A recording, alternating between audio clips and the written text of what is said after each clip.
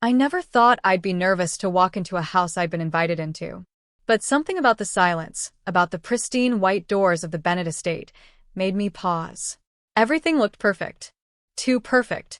The sunlight bounced off the spotless black Mercedes in the driveway. A thin line of mist curled up from the freshly watered lawn. There wasn't a single leaf out of place, not a crack in the pavement, not a sound, except the faint mechanical hum of the gate sliding shut behind me. I stood still for a moment, clutching my bag, trying to quiet the thud in my chest. Was I overreacting? Or had I just stepped into a world that wanted me to believe it was something it wasn't? Claire, a voice called sweetly from inside the open foyer. Come on in, sweetheart. Don't be shy. You're family now. Family. That word still felt foreign to me. I forced a smile and stepped into the home of my new in-laws. My name is Claire Whitmore. I'm 28 years old, born and raised in San Diego, and recently married to the man I thought was my soulmate, Derek Bennett. We met at a real estate conference in Miami. I was representing a small family firm. He was speaking on behalf of Bennett Enterprises, a luxury property group I had never heard of, but apparently, according to Google, they were dripping in prestige. Derek had charisma, confidence, and the kind of easy smile that made you feel like the sun had found you in a crowded room. It wasn't long before we were inseparable. Within 6 months, we were engaged. Everyone said it was fast. But Derek made me feel seen in a way no one else ever had. Or so I thought. His family, the Bennetts, were something out of a glossy magazine spread. His mother, Jacqueline, was the quintessential high society matriarch, composed, elegant, dripping in Chanel and condescension. His father, Richard, was less present, always on business trips, but his name carried weight in Derek's stories. There were mentions of yachts, summers in Lake Como, and deals struck over aged whiskey in cigar rooms. And their house. God, their house. I'd seen pictures, of course. But pictures didn't capture the chill that ran down my spine the moment I stepped inside. It wasn't that it was ugly. On the contrary, it was beautiful. Spotless marble floors, towering ceilings, and a staircase that seemed to float like a spiral ribbon. But everything felt staged, like a showroom. Too clean. Too untouched. Like nobody actually lived there. Let me take your coat, Jacqueline said, appearing at the top of the stairs with an air of royalty. I'm not wearing one, I replied softly. She blinked, as though I'd spoken in another language. Ah, of course. California girl. Still not used to New York weather. I smiled politely. It was 68 degrees outside. Derek gave me a quick tour. We walked through room after immaculate room. A formal dining room with a 12-foot table. A lounge with untouched books lining the walls. A piano that looked like it had never been played. And then there was the guest room we'd be staying in. White linen sheets, lavender candles, and a heavy gold-framed mirror above the bed. I feel like I shouldn't sit on anything, I joked. Jacqueline, who'd followed us in, didn't laugh. You're not just a guest anymore, Claire. You're part of the Bennett legacy. That word again, legacy. I nodded, but something about the way she said it made my skin prickle. That night, after dinner, I stepped out onto the balcony. Derek had gone to take a call, something about stock portfolios and passive income, and Jacqueline had retired early. I just needed air. Quiet. A moment to breathe without being watched. Below me, the garden spread out like a movie set. Manicured hedges. A fountain shaped like a swan. Even the moonlight seemed curated. And then I saw something that froze me. At the far edge of the lawn, near the garage, stood a man I didn't recognize. He was dressed in a delivery uniform, dark pants, red cap, but it was nearly midnight. And he wasn't holding anything. He just stood there, looking up at the house. Looking right at me. When I blinked, he was gone. The next morning, Jacqueline acted as though nothing had happened. Over breakfast, she chatted about art auctions and exclusive country clubs. But I couldn't stop thinking about the man on the lawn. Who manages your property? I asked casually, cutting into a slice of melon. Jacqueline barely looked up. We don't concern ourselves with things like that, dear. We have people for that. But do you know their names? Just in case. Her eyes flicked to mine. Sharp. Calculating. Claire, are you always this inquisitive? Derek chuckled, trying to defuse the tension. She's just curious, Mom. That's what I love about her. But I could tell Jacqueline didn't like being questioned. Later that afternoon, I wandered the hallways while Derek napped. My phone buzzed, Mom, but I didn't pick up.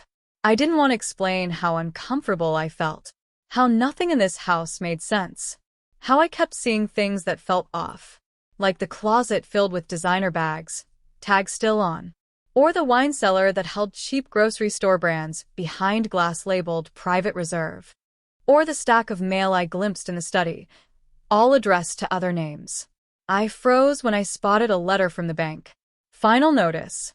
But before I could read more, the door creaked. Jacqueline stood there, smiling too widely. Are you lost, dear? I swallowed hard. No. Just exploring. She nodded slowly. Be careful where you explore, Claire. Some doors are best left closed. That night, I couldn't sleep. Not just because of the man I saw again, this time in the driveway under the streetlight, standing still like a statue.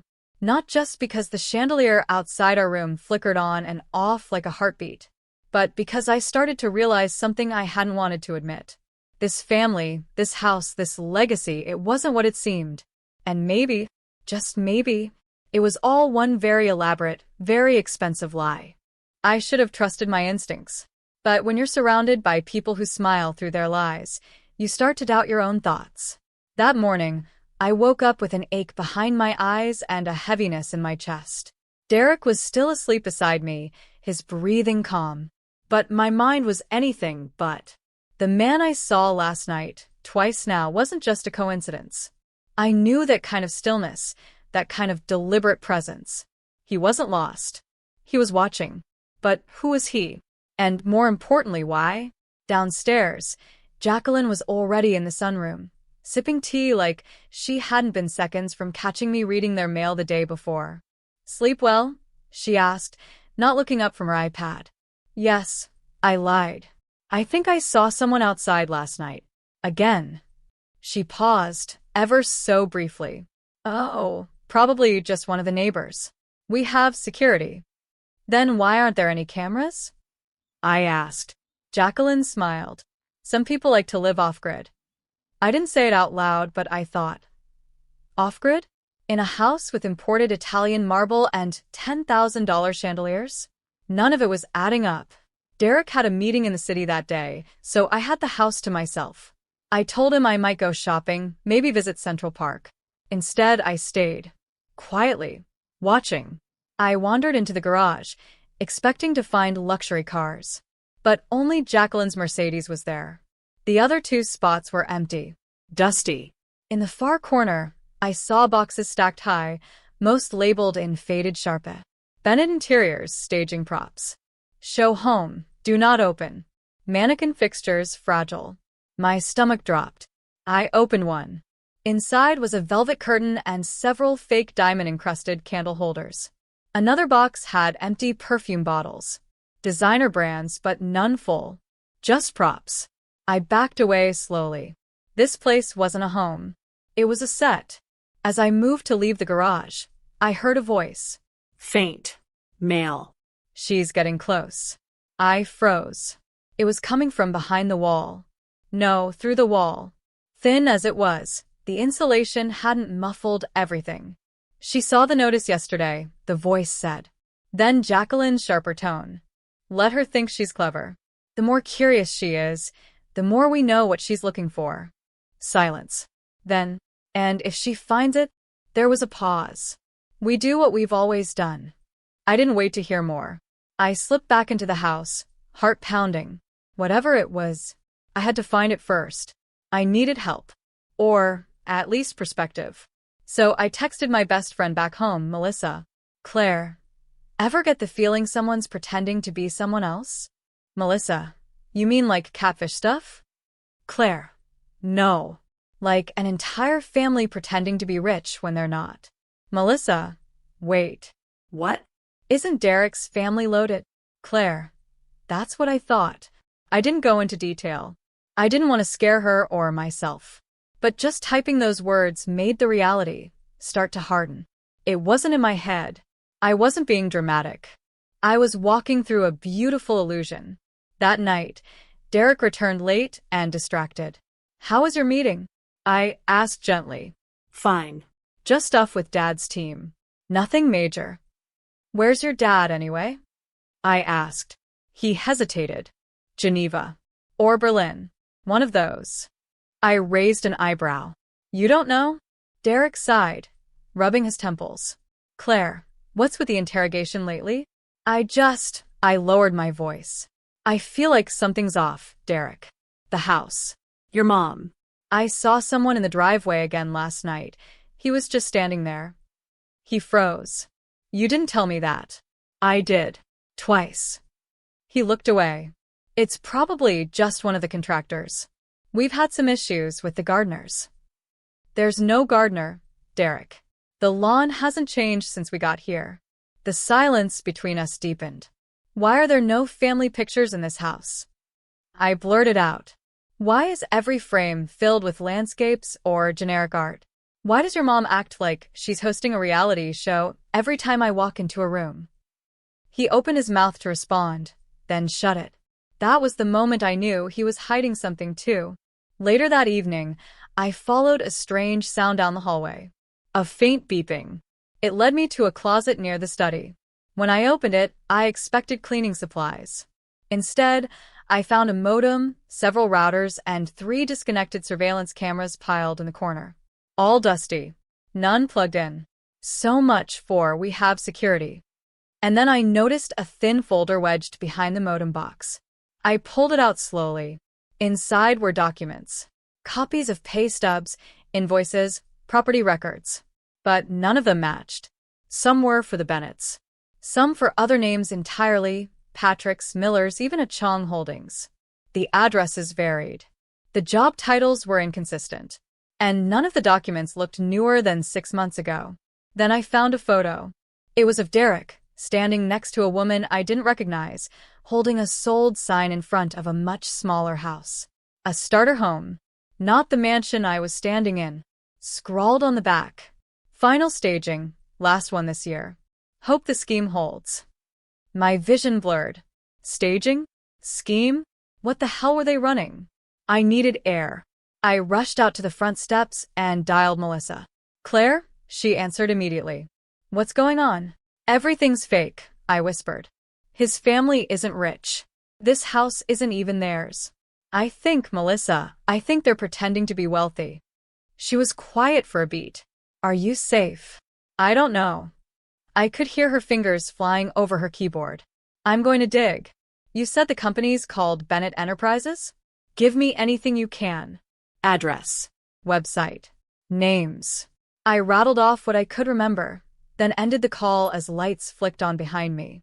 Jacqueline stood in the window, watching, smiling, like she knew exactly what I'd found. That night, Derek didn't come to bed. I woke up around 2 a.m. and found him downstairs, sitting in the dark with a glass of something amber. "You want to tell me the truth?" I asked. He didn't look up. "About what?" "About everything. This house. Your parents. That photo I found. The staged documents." His hands trembled slightly. "I wanted to tell you," he said. "I didn't know how. Try." He looked at me, really looked at me for the first time in days. "It's not all fake. Just some of it." Why? He exhaled slowly. "Because the illusion is the only thing keeping it together." "What do you mean, the illusion is the only thing keeping it together?" I asked, barely breathing. Derek set the glass down, his shoulders sagging under a weight he'd carried far too long. "I didn't grow up wealthy," he said. "Not really. My dad was a failed contractor. My mom bounced between real estate jobs. They struggled for years until they realized there was money in performance." "Performance?" I echoed. He nodded. "They create lives. Sell dreams. Fake it until they sell it. These homes? They don't own them. They stage them, rent them temporarily, present themselves as elite, connect with real buyers, and then make deals on behalf of shell companies. The money they make isn't from real wealth, It's from manipulation. From acting like they belong somewhere long enough to close a deal and disappear. I stared at him in disbelief. So this entire life is a scam, he said bitterly. A sophisticated, polished scam. My chest felt tight. I took a step back, needing distance, clarity, something. You were going to marry me without telling me? I didn't want this life, he said quickly. I wanted out. That's why I took the job in Chicago. Why I tried to build something on my own. But when Dad got sick, Mom pulled me back in. She said if I didn't help with this last house, she'd ruin me. I still owe her. She covered my student loans. My debts. So you brought me into this mess? I snapped. You made me part of your family's fraud? No. I was going to tell you after the wedding. I swear.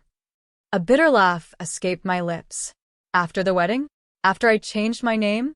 After I signed on for this nightmare? I didn't want to lose you. Then you shouldn't have lied.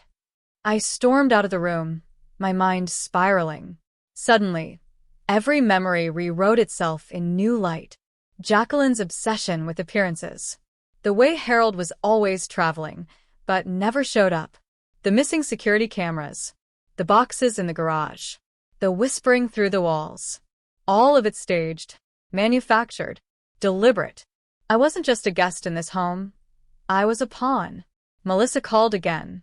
I found something, she said quickly. Bennett Interiors is a fraudulent LLC, registered in New Mexico, but operating out of New York. There's no actual company website. No traceable employees. And that address you gave me? The mansion? Yeah. It's owned by a realty firm, rented out for shoots. They offer hourly rates for influencer content and luxury event staging. I felt sick. And that man you saw in the driveway? He's probably surveillance. Not for protection, for control. They monitor the people they bring in, make sure no one digs too deep. I sat down, shaking. So what do I do? Leave. Now. But it was already too late.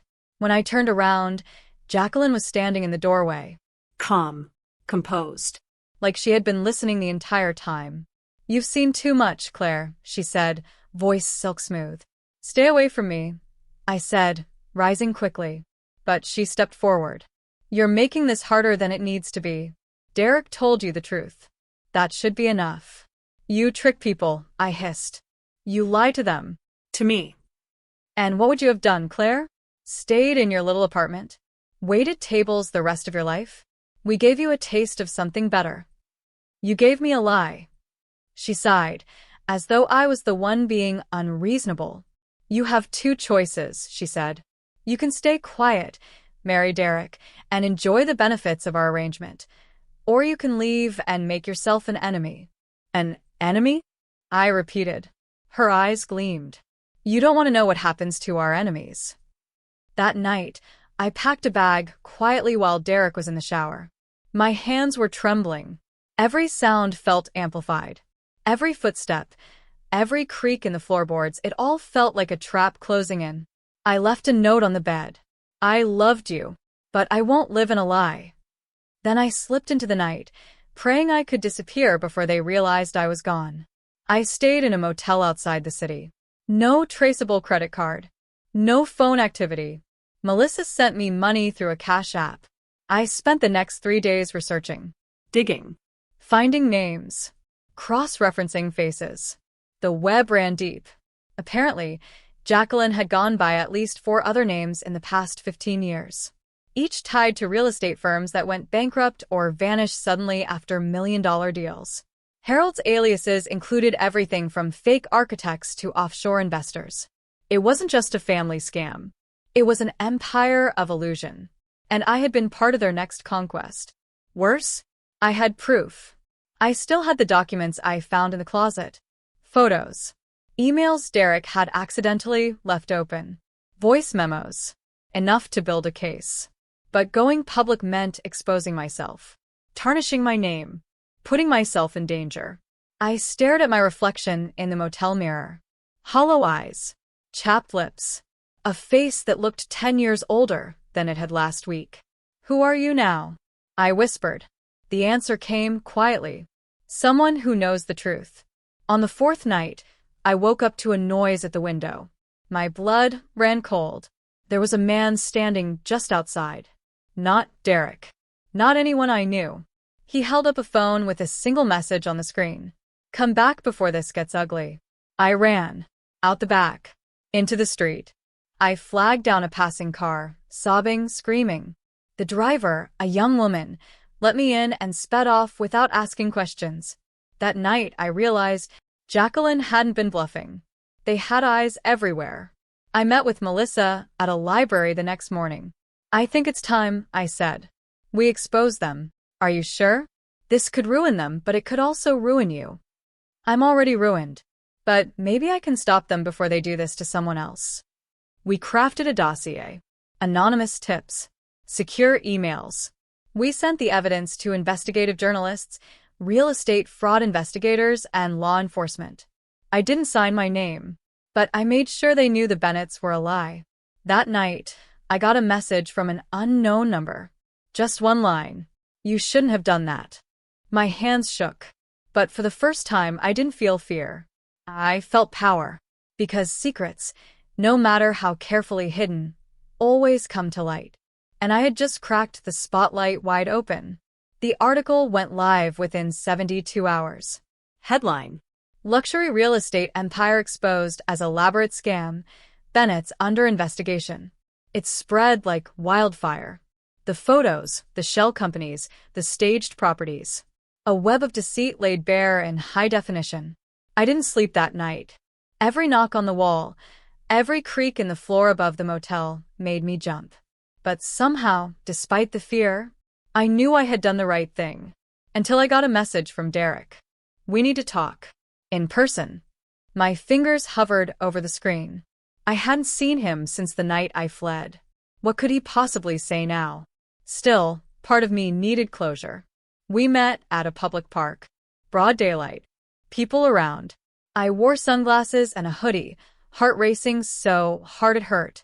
Derek approached slowly, hands raised in a show of peace. I'm not here to hurt you, he said. I swear. Too late for that, I replied quietly. He looked tired. His perfect suit was wrinkled. His face unshaven. The mask was slipping. I just wanted to say, I didn't know it would get this far. But you knew it was a lie. I wanted out, he snapped. I thought I could control it. I thought if I played along just long enough, I could keep you safe and walk away clean.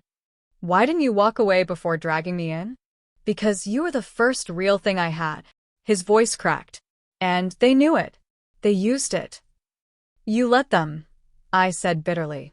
He nodded, defeated. I told my mother I was done, he said. After the article came out, she lost it. She's going underground. You won't hear from her again. I narrowed my eyes. You think that's supposed to make me feel better? No, he said.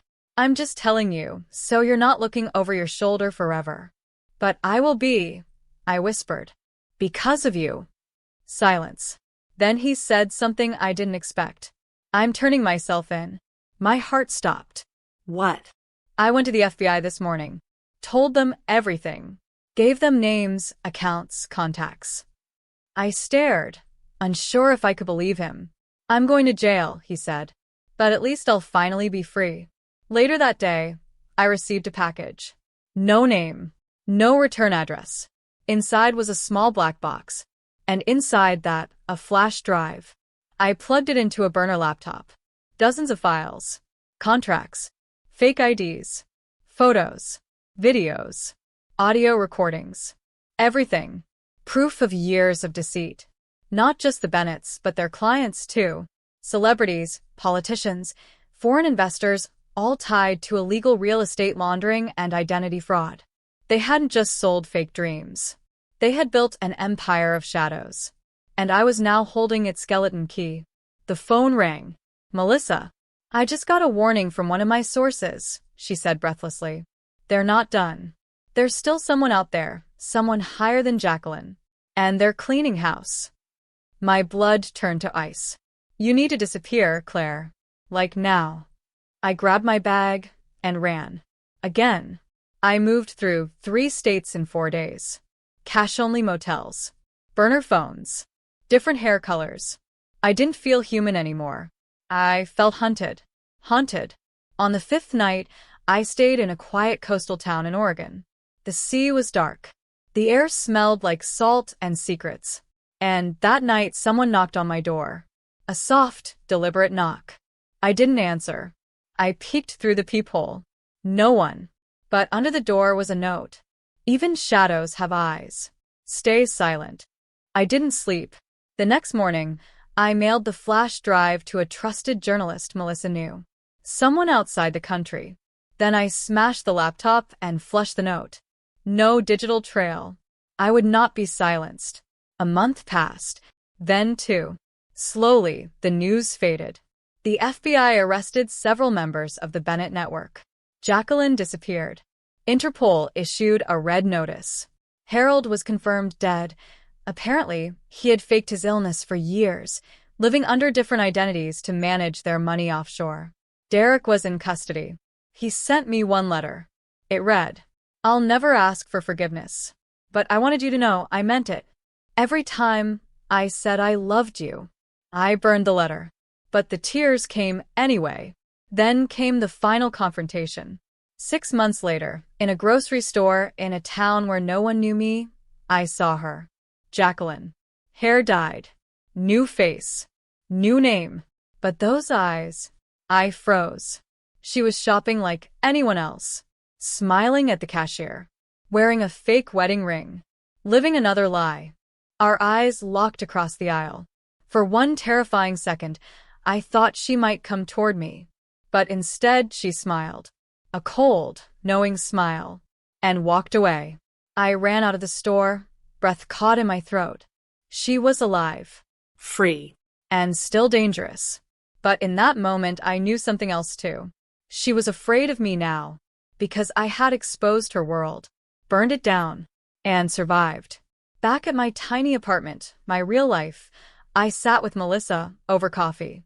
"You think she'll try again?" I asked. "She might," Melissa replied. "But now she knows you won't stay quiet." I nodded slowly. It was true. I wasn't the naive woman who stepped into a mansion looking for love. I was the woman who brought a house of lies crashing down. And if they ever came for me again, I'd be ready. 6 months turned into a year. And life, surprisingly, moved on. Not in the way it used to, not in the way most people imagine healing or rebuilding, but in fragments.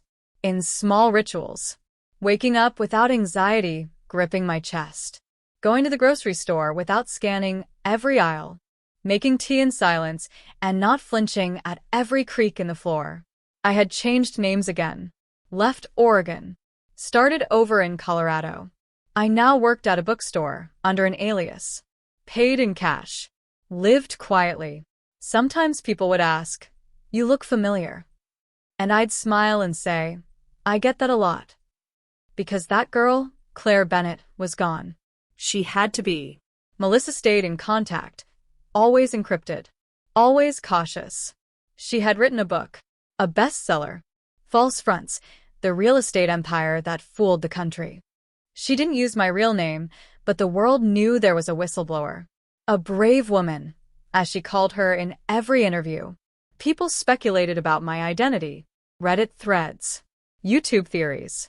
Some even believed I was dead. And I let them. Because being invisible was the only way to stay safe. One evening, after closing the shop, I walked home under the fading orange sky. The town was small, quiet, predictable. That was why I'd chosen it. I passed by the laundromat, nodded to the man who ran the diner, crossed the street near the gas station where teenagers loitered with soda cans and skateboards. Safe. Familiar. And then I saw it. A single rose on the doorstep of my apartment. Wrapped in newspaper. No card. No note. My body froze. I scanned the street. Nothing. No shadows. No footsteps.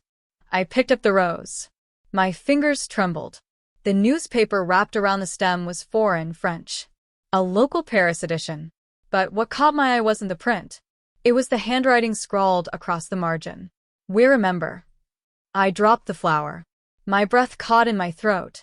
Had Jacqueline resurfaced? Or someone else from the network? Was it a warning? A threat? Or just a twisted reminder that I'd never really be free? I stood there for a full minute before I picked the rose back up and walked inside. I didn't sleep that night. Not from fear, though, but because something deeper had surfaced.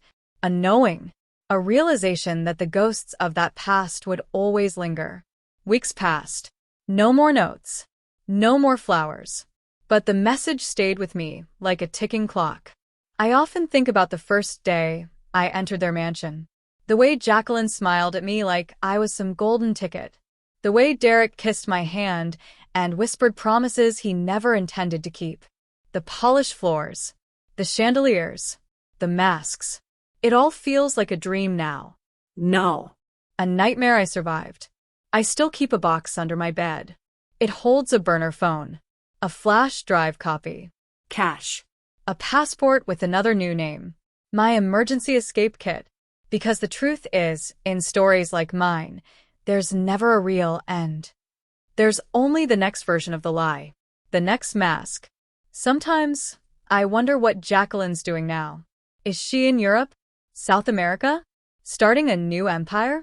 Or maybe she's watching me from afar, waiting to see if I ever let my guard down. And maybe that's the point. Maybe I'm not supposed to. Because for people like her, the game never stops. Then came the final twist. A week before the second anniversary of the article's publication, I received a letter at the bookstore. No return address. I opened it with shaking fingers. Inside, a photograph. An image of me, taken just days ago, on the street, laughing with Melissa during one of her rare visits. Taken from a distance. No note, just the photo. And a single sentence written on the back. If you can be found, you can be taken. I didn't run this time. I didn't cry. I walked into the back room, closed the door, and picked up the emergency phone. Melissa? I said. Her voice came on instantly. What happened? I told her everything. Silence. Then she said, "It's starting again." I nodded to no one. Yes. But this time, I'm not just a witness. I'm not just a pawn. I'm the woman who knows their game. And if they wanted to come for me, they'd better be ready. Because I was done running. That night, I wrote a letter. Not to Melissa. Not to Derek. To Jacqueline. I didn't know where to send it. But I wrote it anyway. You may have started this game. But I learned from the best. And now, I'm the one watching you. I sealed it, lit a match, and watched it burn in the sink. Smoke curling like secrets into the ceiling. Some battles don't end with justice. They end with resolve, with survival, and with a vow. Never again.